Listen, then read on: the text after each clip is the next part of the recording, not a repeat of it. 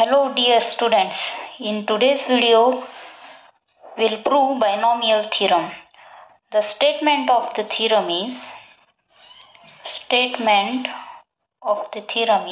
for any positive integer n we are defining this theorem. For any positive integer we are defining this theorem. Positive integer n. The statement of the theorem can be written a plus b to the power n is defined as, using combination we will define the statement of the binomial theorem, that is nc naught a to the power n plus nc1 a to the power n minus 1 into b. Here b to the power 0 we can consider, and b to the power 1 plus nc2 a to the power n minus 2 and b to the power 2 plus up to the last term we can write ncn a to the power 0 and b raised to n.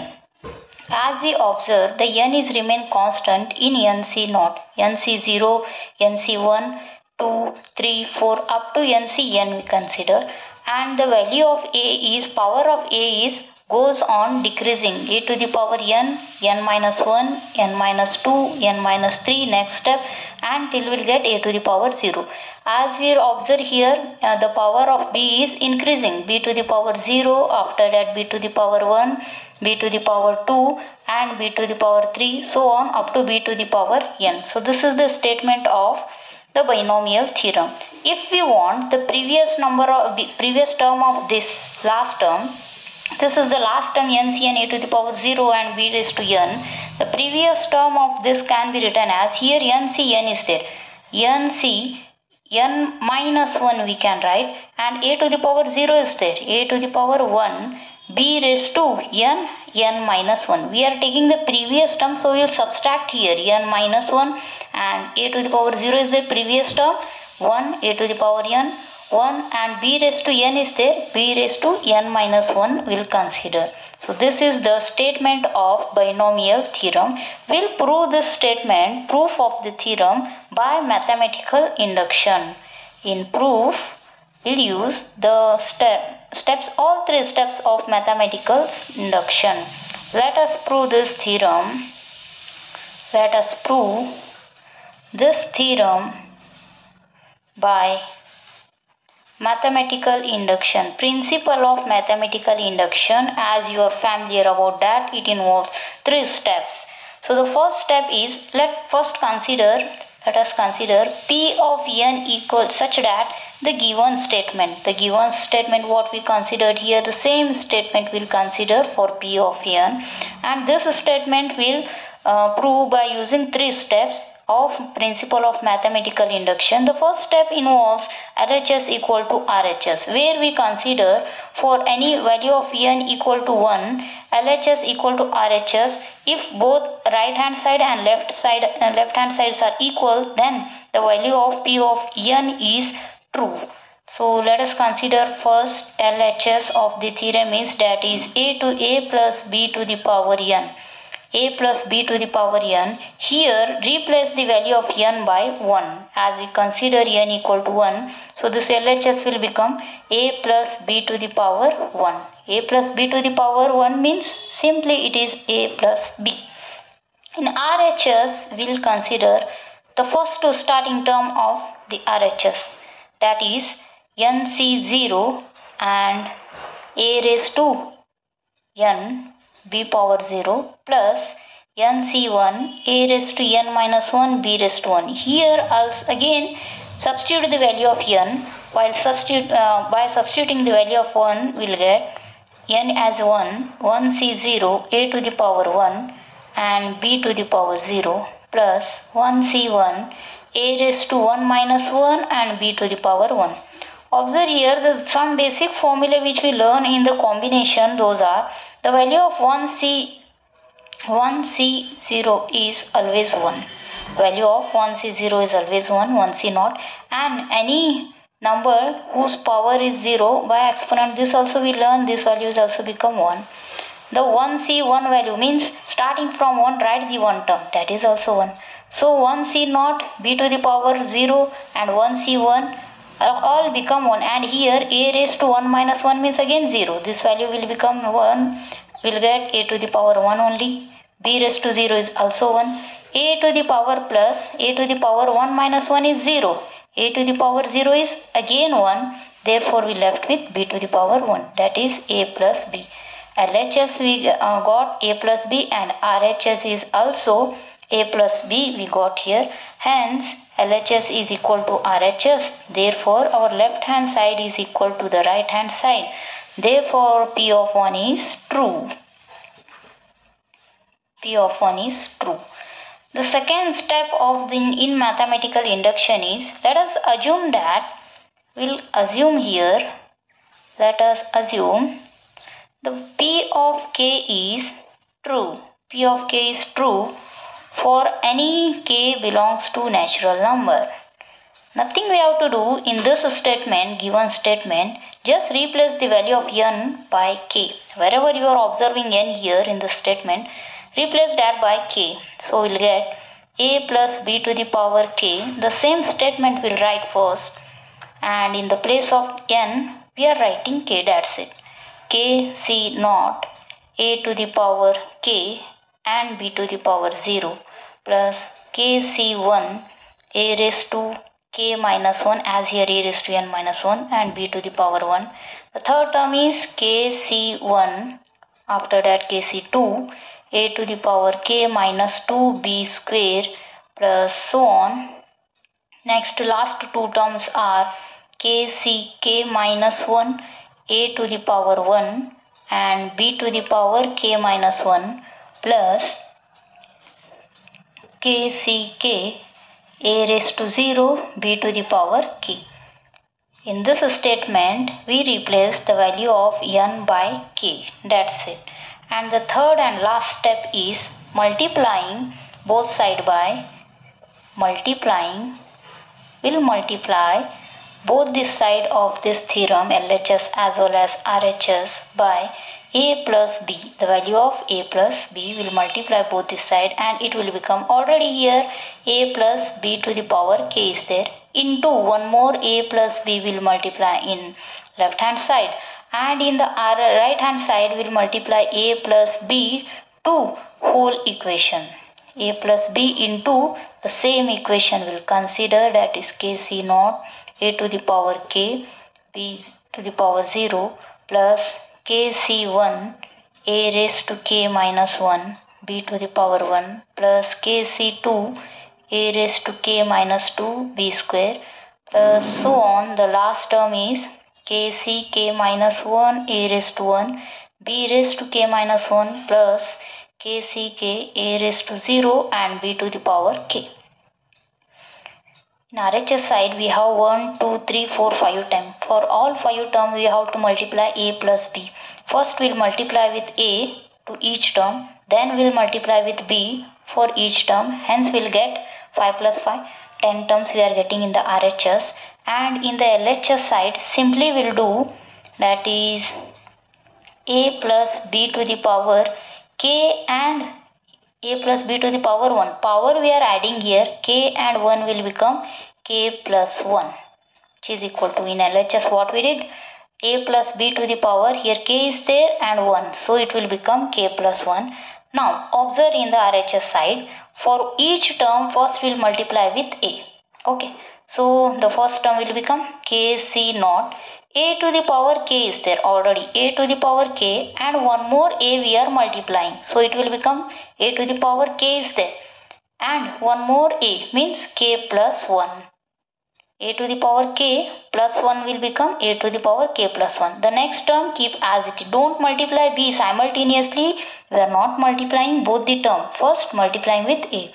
For the second term again we will multiply with a. So it will become k c1 a raised to, here the power is k minus 1 and plus 1 we are adding there. A to the power k minus 1 it is. We are adding plus 1. So minus 1 plus 1 get cancelled. We left with a to the power k. Clear? A to the power k minus 1 is there and 1 a we are multiplying. So this will become a to the power k minus 1 and this plus 1. Plus 1 minus 1 get cancelled. A to the power k will left. B power b raised to 1 write as it is.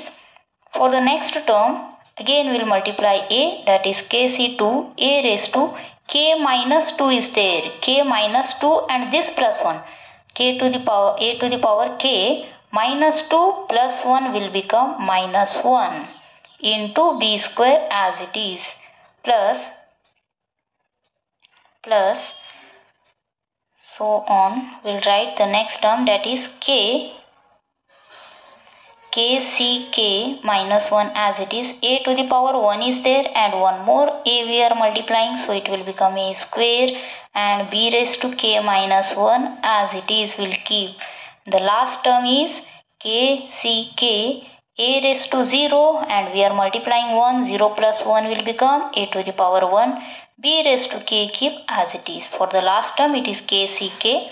B a raised to 0 is there. We are multiplying one more time a. So 0 plus 1 will become a to the power 1. B raised to k simply we are keeping as it is. So what we did? For each 5 term we multiplied the value of a. And for each term now multiplying by b, what will happen? Plus I will continue here. For each term multiply with b. The first term kc0, a to the power k we are keeping as it is now. A to the power a terms all keeping as it is, because as we are multiplying b power is going to be changed now. Okay, so b raised to 0 is there and 1 we are multiplying, so this will become b to the power 1 plus kc1 and a raised to k minus 1 again keep as it is. B raised to, here 1 is there and one more b we are multiplying, 1 plus 2 it will become 2, plus the next term kc2 a raised to k minus 2, kc2 a raised to k minus 2 and b to the power 2 plus 1 will become 3. Similarly continuing the term, when we continue, the last term will become kck minus 1 and a raised to 1 keep as it is. As we are multiplying for b, it will become b to the power k minus 1 is there and one more b we are multiplying. Here minus 1 and plus 1 get cancelled, so we left with b to the power k, plus the last term is kck a raised to 0 and b raised to 1 k is there and one more b we are multiplying, so this will become k plus 1. Hence the next step is, as we are taking multiplying by a plus b for each 5 term, we got here 10 terms in the RHS side. Now taking common, if something common is there we can take out from each the term, hence this equation will become. Now observe here, the first term will keep as it is, that is kc0 a raised to k plus 1, and as we know the value of b raised to 0 is 1, so leave this term. From this term, as we are observing, kc1 a raised to k and b to the power 1, and similarly same term we got here also, that is kc0 a to the power k and b raised to 1. We can take common something here. What is that? The a to the power k and b raised to 1 we can take common. A to the power 0, k and b raised to 1, as we took common, the things which we left inside the bracket are k plus kc1 plus kc0. kc1 plus kc0 we left inside the bracket. Similarly, when we consider the second term, that is kc2 a to the power k minus 1 b square and kc1 a to the power k minus 1 b square, we can take common from these two terms a raised to k minus 1 and b square. We can take common, so the things left are kc2 and kc1 we left inside the bracket. So on. Again we can take common from the last two terms, which are k minus a square a to the power 1 and b to the power k. Here one term is there and one more term we are observing here, that is a raised to 1 b raised to k. We can consider common, so this will become here kck will left and plus k minus 1 will left, as we took common a raised to 1 and b raised to k from these two terms, and the last term will keep it as it is, that is k a raised to 0 and b to the power k plus 1. Okay, what we took common? k minus 1 and a raised to 1 b to the power k. As we take common between these two terms, we left with k plus k minus 1, and the last term we are keeping as it is, as we kept last term as it is. Now observe here, this value can written as the first term k plus 1 c naught. I will write. Why to write this? This is like this, means using the formula, using k plus 1 c naught is equal to 1. As we are observing here 0, the value will become 1. If I will consider one example, the example is 7c0. The value of 7c0 is starting from c7, we have tried 0 number. It will become 1, isn't it? And similarly, if we will increase this number, 7 plus 1 will become 8. 8c naught, the value of 8c naught is always again become 1. So when we are increasing here the value of n plus 1, n plus 2, that is 7 plus 1 will become 8, 8c naught again 1, 9c naught again 1 we are getting. So when we increase one number here, k plus 1, it is k plus 1 c naught, again it will become 1. So we'll write here k plus 1 c naught, and a raised to k plus 1 will write as it is. Now k plus 1 plus kc naught, for this we have the formula, that is kcr plus kcr minus 1 equals to k plus 1 cr. This formula will apply for each term which we are getting inside the bracket. Two terms which we are getting inside the bracket, for them will apply this formula. The formula says that when we have two terms in addition, that is kcr plus kcr minus 1, we can write this one as both are having here k, one term increase, it will become k plus 1, and r minus 1 we have in the subscript, which is the biggest one, r. As we are reducing one, r minus 1 is the smallest, so r is the biggest term, we will consider here r. This formula when we apply here, it will become k, both are having the same term, so k plus 1 will write. C, which is biggest, 1 or 0? 1 is the biggest number, k plus 1 c1 become, this term will become k plus 1 c1, and the next two term will keep as it is, that is a to the power k and b raised to 1. For again when we apply the same formula for this term, it will become k plus 1, and which is biggest here, 1 or 2? Second number, 2 is biggest, so k plus 1 c2 this will become. Again two terms will keep as it is, that is k minus 1 b square, and so on. Similarly when we apply the formula, this same formula for this term, this also become k plus 1 c, k and k minus 1. Now observe here r and r minus 1, as we took r, so here k and k minus 1 will write k is the biggest term. The last term will keep as it is. Keeping as it is in the sense, we write here k plus 1 c k plus 1, and a raised to 0 means, as we said here, a to the power any number to the power 0 will become 1. So this term will become 1. The last term will get b to the power k plus 1. Okay, why to consider here k plus 1? Because as we know that the value of k is equal to 1, and which is similar to when we increase the value k plus 1 k plus 1 is also become 1. As if we consider the example, the value of 6c6 is equal to 1. When we increase the number, it will become 6 plus 1 7, 7 plus 1 8, and 7c7 is also equal to 1.